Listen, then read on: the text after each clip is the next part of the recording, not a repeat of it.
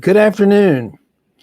My name is Martin Coward, and welcome to Noonday Meditation and Contemplative Prayer Power Hour, where we meet together every day at noon, Monday through Saturday, to love and support each other through the pandemic. And today I want to talk a little bit about what wonderful things are you learning about yourself and the world. There's so much pessimism out right now. I mean, the ego loves drama, and there's nothing like all the news on television and all of the doomsayers and all the pessimistic stuff that's coming out. But I want to talk about today what we're learning that's optimistic, that makes us feel good, and also I want to talk about maybe what we're discovering about ourselves in this world that we might have overlooked a little bit back when we weren't living in these kind of conditions. We kind of took things for granted. I got to say, I did, and that's what I'm learning. I'm learning that just really how precious life is and how wonderful it is, really.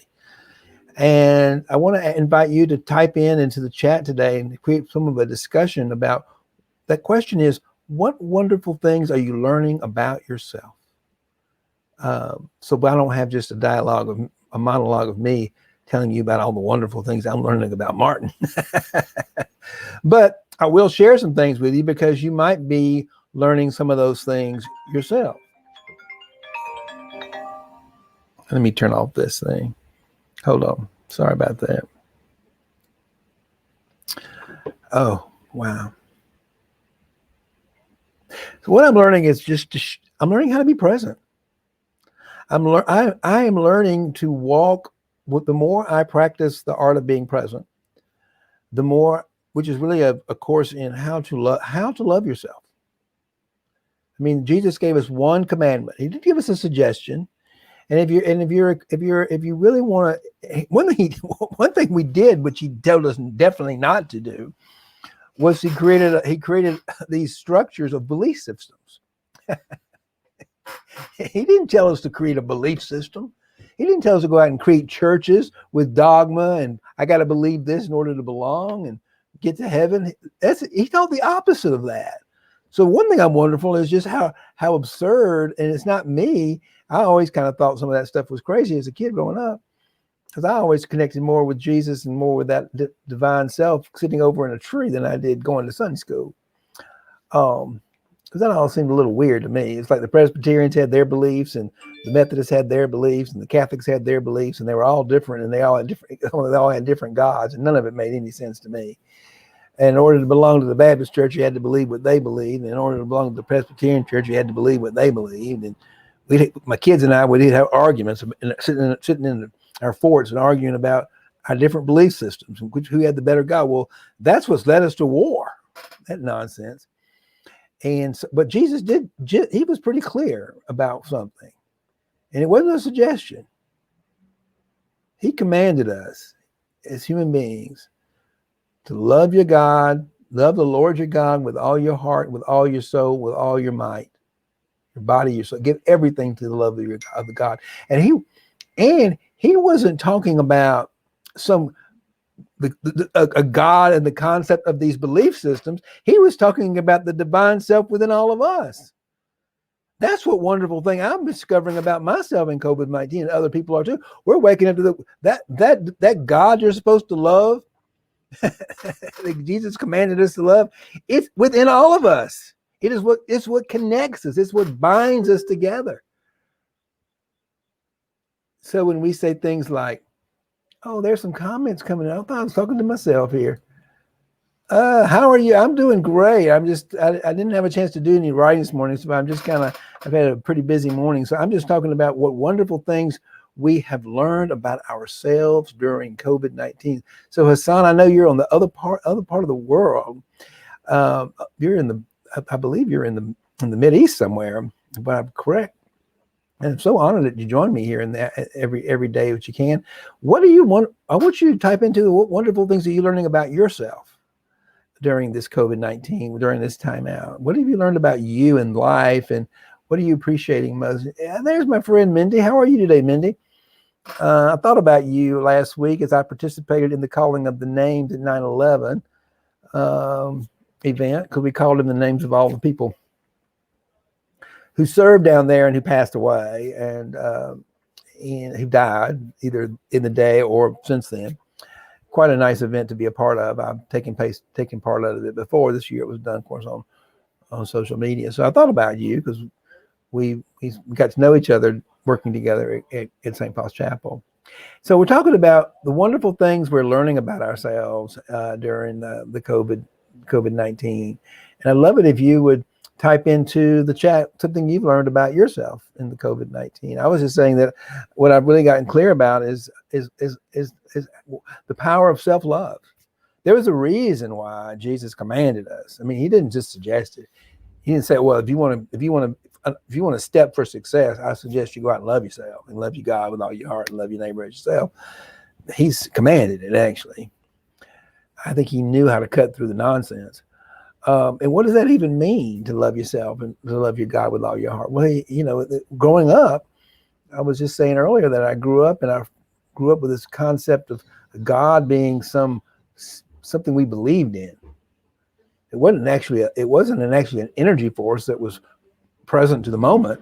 It was something we believed in. It wasn't real. So I had a hard time believing in a set of doctrines that weren't particularly real.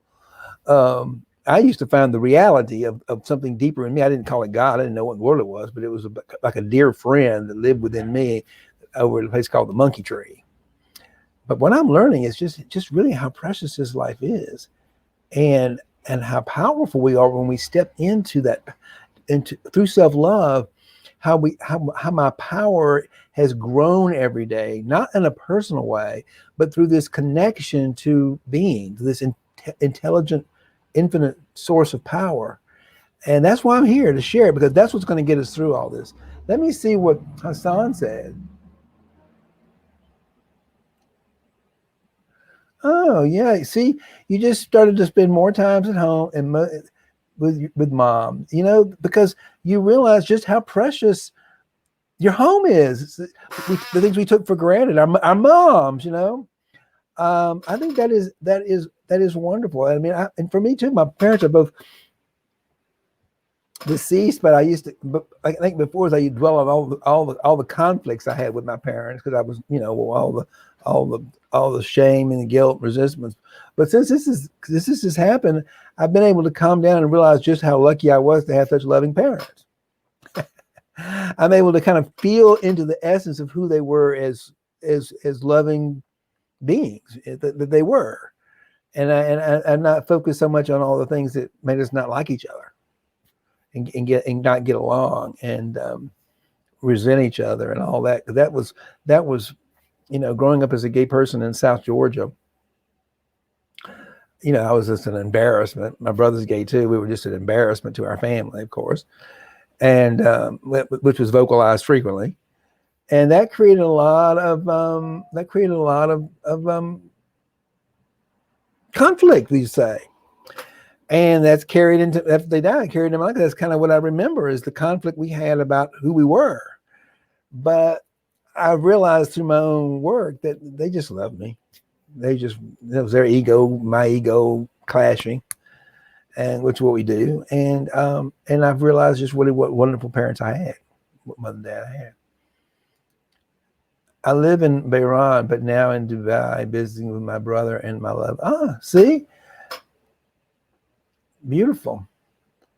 Beautiful, beautiful, beautiful. And I've never been in that part of the world. I would love to come. But it's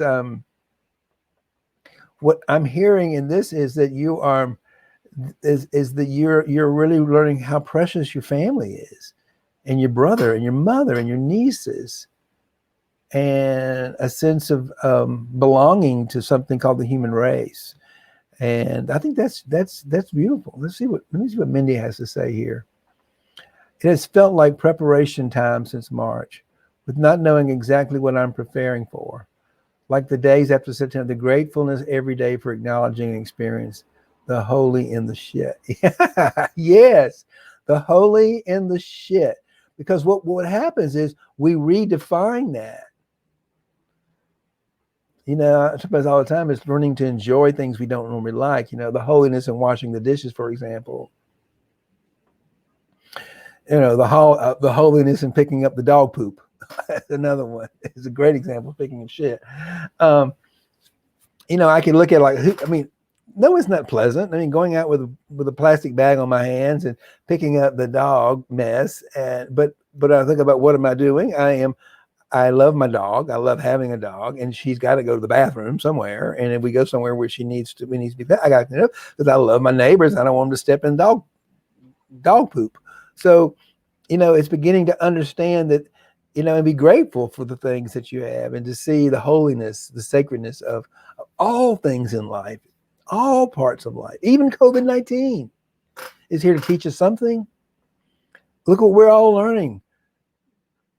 My friend Hassan, who lives in Bahrain, and he's in Dubai, which is certainly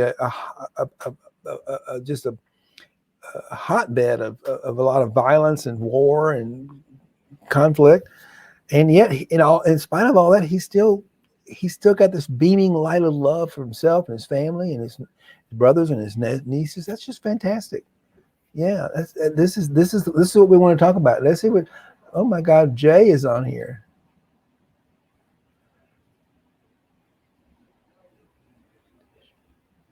This time has been a confirmation. Me too. I love that, Jay. The confirmation of that is such a wonderful thing for you to fall in love with. I have done the same thing, because growing up, to be successful, you couldn't be. I'm an introvert, and I'm also a public speaker, but growing up, I think we all have an introvert in us in some way. That's a deep, vulnerable place within us that goes for solitude. And as you begin to love that part of yourself, Jay, and I just think this is a great thing to talk about, is that you find that's where you find the truth. And the introvert is something to definitely embrace and to love and to bring into your being, because it's from my introvert that I can actually go onto a stage or a platform and speak publicly from my heart without being a performer. When I go into my extrovert, when I think I have to be an extrovert on stage, then it goes into performance, and it kind of goes flat. It's not very good. But when I am in, and you may find this too, as you begin to discover and you begin to get intimate with that part of yourself, that and that's what I'm hearing, is that you're confirming it, and you're getting more intimate. And that's what self-love is beginning to love those parts of yourself that you always couldn't accept. I could never accept my introvert, the part of me that wanted to go inside and solitude. So thank you for that.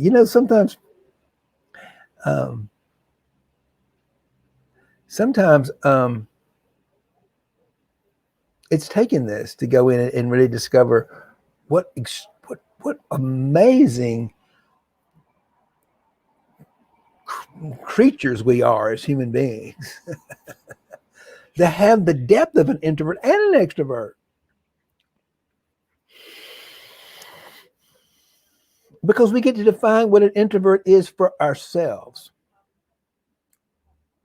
If you go out and say, I'm an introvert, then all of a sudden you've kind of like limited what an introvert is, because you've said to the universe, it's, I love the way you frame this. If you say, I am an introvert, all of a sudden you're now living into a concept of what your mind believes an introvert should be and act like.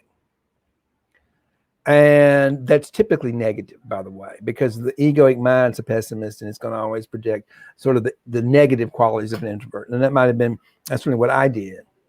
But it sounds like what you're doing now is you're saying, wait a minute, I'm going to create my introvert self. I can feel my way into defining what being an introvert is for me, and love that part of myself. And that's a wonderful discovery, and I'm so glad you're discovering it, because I'm doing the same thing.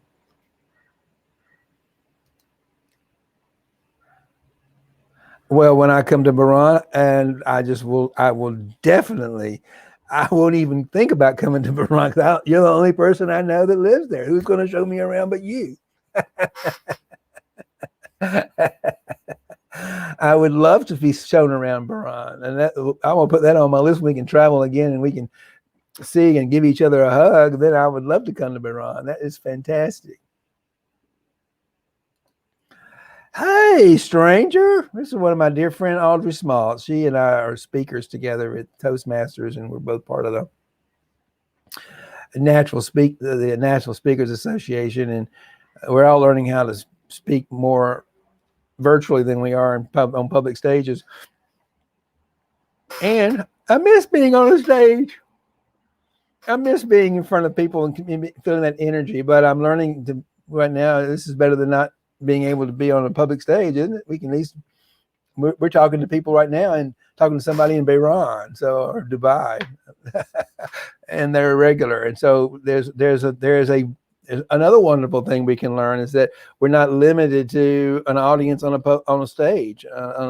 We're limited to our audience is the whole world, and people want to come and show up and hear what we have to say and share knowledge and wisdom. Yeah. So I'm so glad you're here. I've missed you. I haven't seen you in a while. I'm glad you're back. Yeah, that's the whole point. I'm always a little afraid. It's called how we identify ourselves. If someone says I am, let's just take something even more confining. Let's say I'm bipolar. Okay. Oh, I'm bipolar.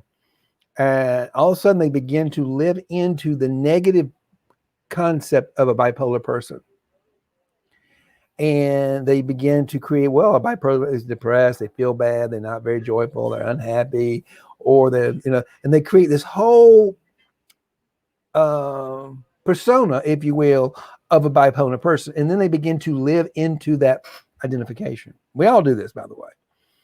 So, and we do it with introvert. But if we can let go of the mind's identification with either an introvert or bipolar, so I'm gonna define for me what a bipolar person looks like. I'm not bipolar, by the way, but I'm just using it as an example. If I was, I'd be defining it for myself, but I'm not bipolar. I don't have that. I have a lot of things, but I don't have that. I just use it as an example. So we get to live into our unique expression of an introvert. If we become aware that we've defined what an introvert's supposed to look like. Because if we define it, we'll begin to live into that.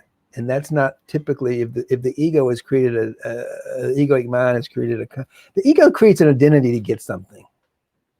And most likely, it frequently, because it's a pessimist, it wants something it doesn't have. It thinks it needs something. It needs love, it needs attention, so it creates, maybe it says, oh, I'm a poor, pitiful introvert. I'm a victim of the universe. I'm afraid of people. I can't go out in public. I don't have any joy in my life. And introverts are just they're self-centered and this pathetic thing called an introvert they've created in their head. And they begin to live into that. And that's a miserable way to live. They have to let go. That's why I say, that's what contemplative prayer is letting go of that story so that you can listen and you can define introvert for you. You can allow yourself to be the introvert that you are, that gives you power. Doesn't take your power away, but it gives you power. That's how we get our power back, when we claim our own unique introvertness. That makes sense, and it makes it even a word.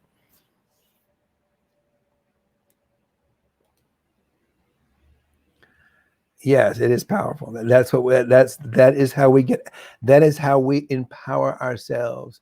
And that's what I'm talking about when we meditate, when we say, let's get still and let's let go of all of our beliefs, opinions, et cetera, et cetera. That's with intention, let go of what we believe an introvert is in the next moment. Because the introvert I was yesterday is going to be different than the introvert I am today. And that's how we get our power back. Exactly. It's how we get our power back. That's the power of contemplative prayer. And that's our ability to transcend the limiting beliefs of the egoic mind. The egoic mind, and I don't want to bash the ego because it's just part of what it points us to the truth. Because when you inquire, is it true that introverts are afraid of people? For example, let's just use that for example. I'm afraid of people. I'm an introvert. That's why I'm afraid of people. I'm afraid of going, well, you know what? What's really true is I don't like small talk. I love people. And you get me with a few people, we can talk about something with some depth to it.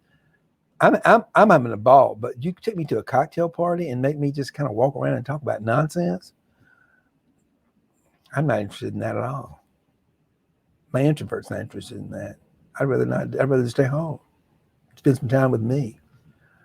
That's my definition of introvert. Is someone I love to communicate. I love speaking, as you can tell. I can get on here and talk all day. But we're talking about something that's got some depth to it, got some teeth to it. And that's why this is so cool, is because we get to define our uniqueness in whatever we're in. If I get to, if I say I'm gay, I'm a gay man, then if I just claim, I have to be careful with that. It's not who I am; it's part of who I am. But if I create a real identification in my head of a gay man, all of a sudden now I've created an image of a gay man that I will begin to live into. Instead of saying, oh, wait a minute, I get to define what this human being who happens to be gay lives like every single moment of every single day. Because I've let go of my limiting belief of what a gay man can do and can't do, and all kinds of nonsense, we create in our heads. We all do it, I'm a woman. If you say I'm a woman, and then you all of a sudden create, with all the inequalities around women, you could begin to fall into your victimhood of being a woman, and you could begin to create an identity of a woman who's a victim, and begin to live into a woman who is a victim. And that's not going to be very helpful. Instead, let go of the story about what you believe a woman is supposed to be or not be, because she's not supposed to be anything but herself, and tap into that divine feminine, speaking of women, within you, and let you define what it's like to walk this planet as a woman, as a female, as a woman who's in a woman's body, in a woman's spirit, and has all the things that come with being a woman versus a man. But you get to define that. That's why we go through that's why contemplative prayer is a 3-part process. We get still, we let go, we bring into our consciousness these limiting beliefs we hold on to. That's why I say when thoughts come up, let them go, because we want them to come up, because then we can say, oh, that's coming up. This is coming up. Let it go. Let it go and listen. Be still and listen. So that's it.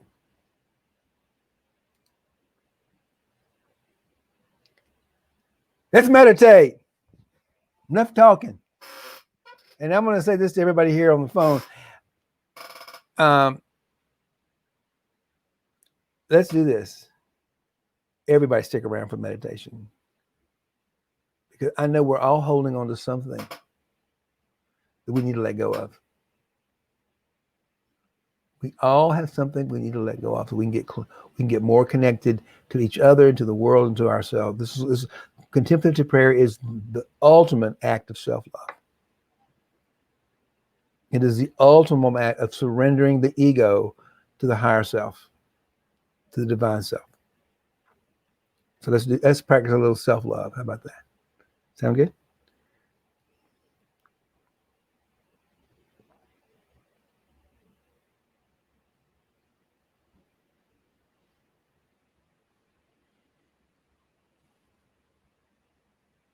Okay, hands in the air. And you know why we bring our hands in the air, for those of you who've been here for a while, is that I just want you to hold them in the air for a bit and just begin to get still and just acknowledge what's holding your hands up is the life force within us. If you're seeking the divine, look no further. It's right here. It's what's hearing my voice.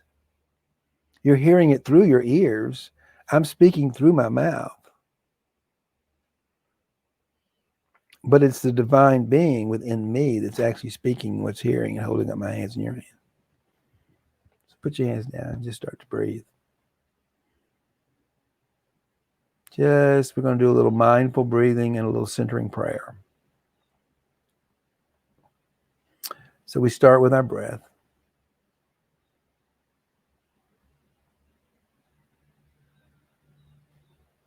And just notice what happens when I pause.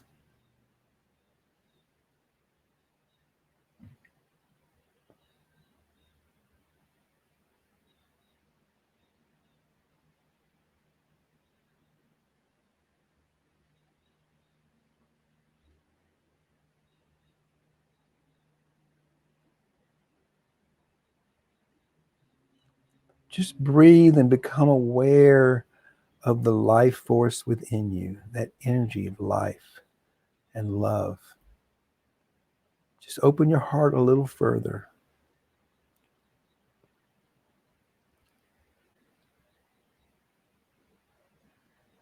And open your heart with gratitude to love and accept every single thought, belief, opinion, and judgment you have about anything. And let them go.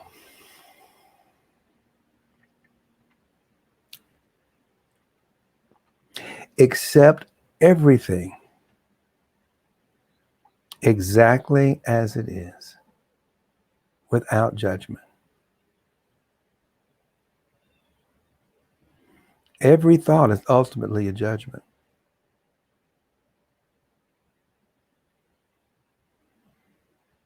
And allow yourself to fall deeply into the beauty and the love and the embracing arms of the unknown, the sweet cloud of unknowing, as the ancient mystics called it.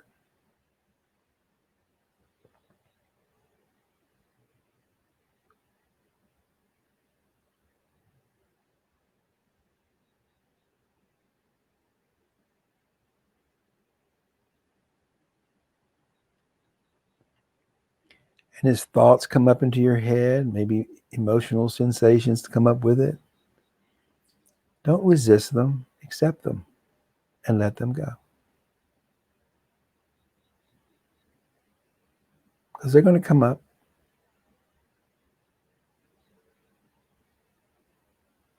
Meditation is not about controlling your thoughts or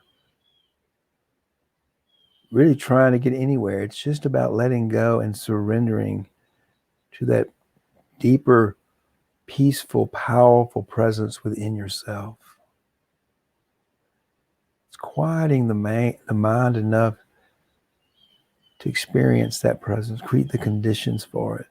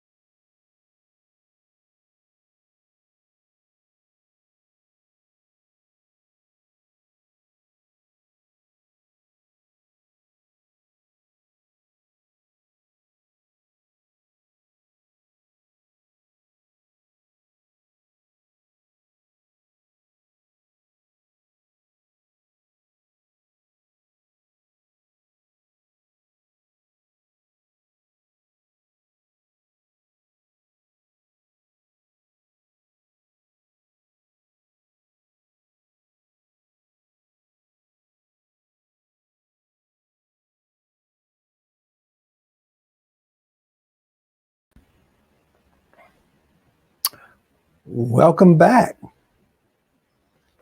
The timer didn't go off. Let's see here. Are you hearing me? Let me see if my mic is working.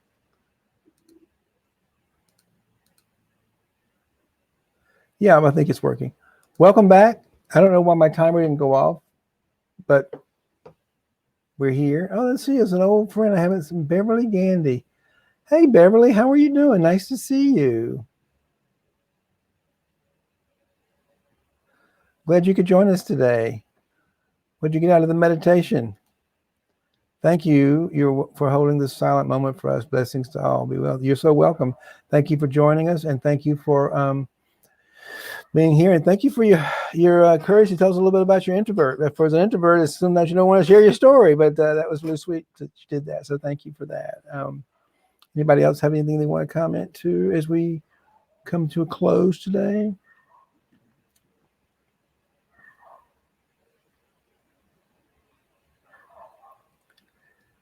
If not, may love and prosperity prevail. And thank you so much for being here.